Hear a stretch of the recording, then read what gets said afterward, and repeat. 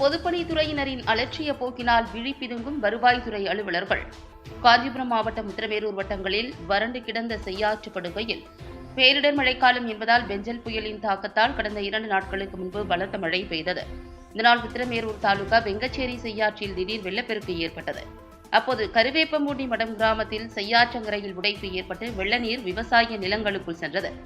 தகவல் அறிந்த வருவாய் மற்றும் நீர்வளத்துறையினர் பொக்லைன் இயந்திரத்தின் வாயிலாக உடைந்த கரையை மீண்டும் பலப்படுத்தும் பணியில் மும்முரமாக ஈடுபட்டனர்.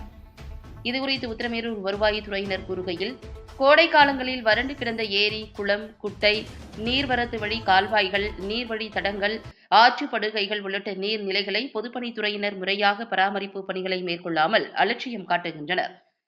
பருவமழை உள்ளிட்ட பேரிடர் மழைக்காலங்களில் இதுபோன்ற கரை உடைப்பு சம்பவங்கள் நிகழும்போது வருவாய்த்துறையினர் மீது கூடுதல் பணிச்சுமை சுமத்தப்படுவதாக வேதனை தெரிவிக்கின்றனர்.